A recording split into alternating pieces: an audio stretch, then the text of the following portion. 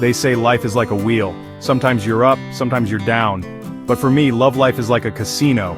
You enter a sparkling place full of promise and hope. There are slot machines that are like those chance encounters on the street. Just one pull of the lever, and maybe it's a jackpot.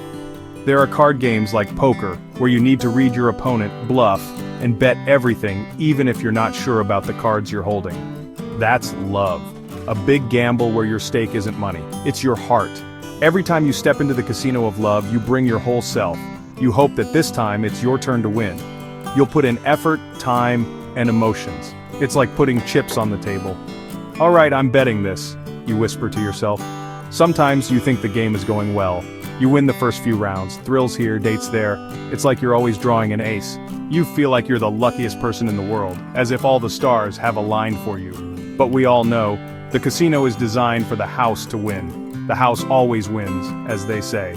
There will come a point when your winning streak suddenly breaks.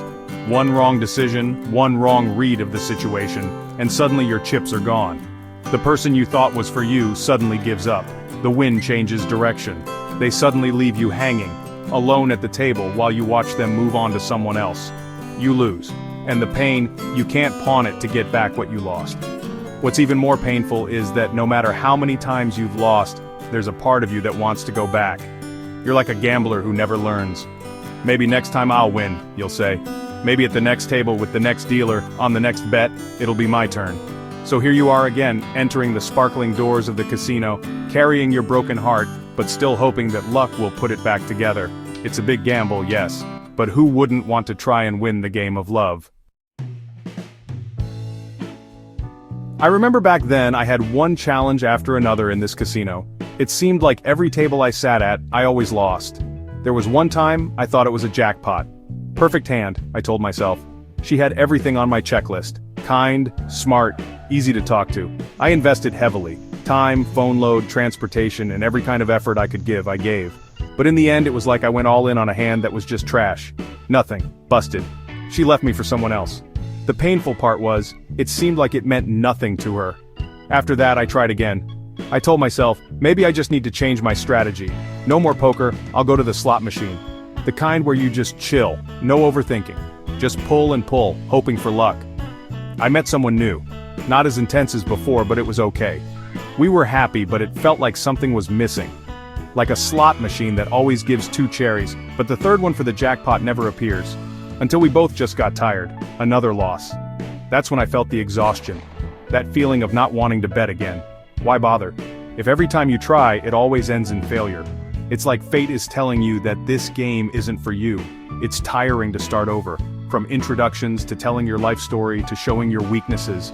A repetitive process that just leads to nothing. You'd rather just sit in a corner and watch others play. It hurts, but at least your chips aren't decreasing anymore.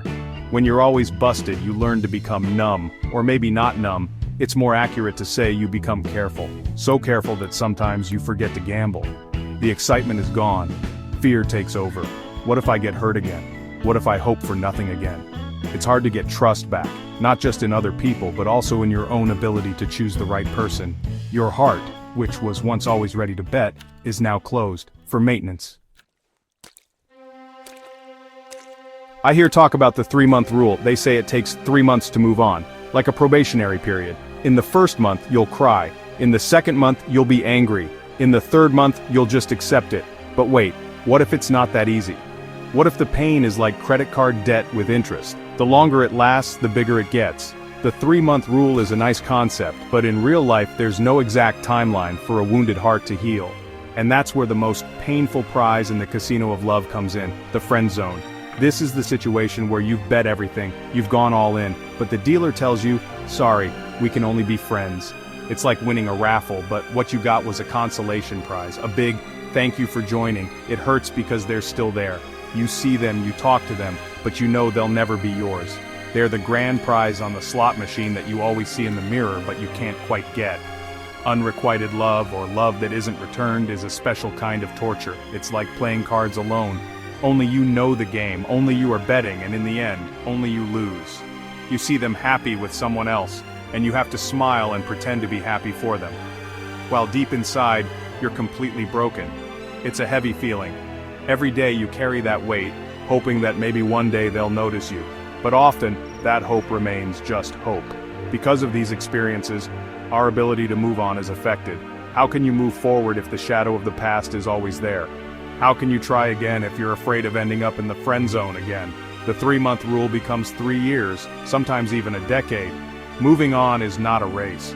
It's a long process of acceptance, self-forgiveness, and understanding that some things are just not meant for us, no matter how much we want them. If you're tired, that's okay. If you're fed up with getting hurt, that's normal. You're not obligated to jump into a new game right away. You don't have to force yourself to find a replacement just to say you've moved on. Sometimes the best thing to do is to leave the casino for a while. Rest. Forget about the cards, the slot machines, and the bets for now. Give yourself time to breathe and heal. This isn't a loss, it's choosing yourself. Being single isn't a punishment. It doesn't mean no one wants you or there's something wrong with you. Think of it as a VIP pass to get to know yourself better. Use this time for the things you want to do. Study, work, travel, learn a new hobby. Build yourself up first. Fill the holes left by the past, not with other people but with self-love. Because the truth is, you can't give your whole self if you're still broken. It's hard to find the one. Sometimes in our eagerness to find them, we don't realize we're just forcing things. We try to fit a square peg into a round hole. Remember, the right person doesn't need to be forced. They'll arrive unexpectedly, in a way you didn't plan. Everything will naturally fall into place. You don't need to bluff or hide your cards. With the right person, you can lay all your cards on the table, and they'll accept it, win or lose. So for now, if your heart is tired, rest. Cash out of the game for a bit. Gather your strength again.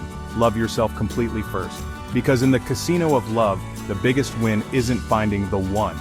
The biggest win is learning to be happy and whole, even if you're alone. And when you're ready, and if it's truly meant for you, the jackpot will come. You don't have to look for it, it will come to you naturally, in the right time.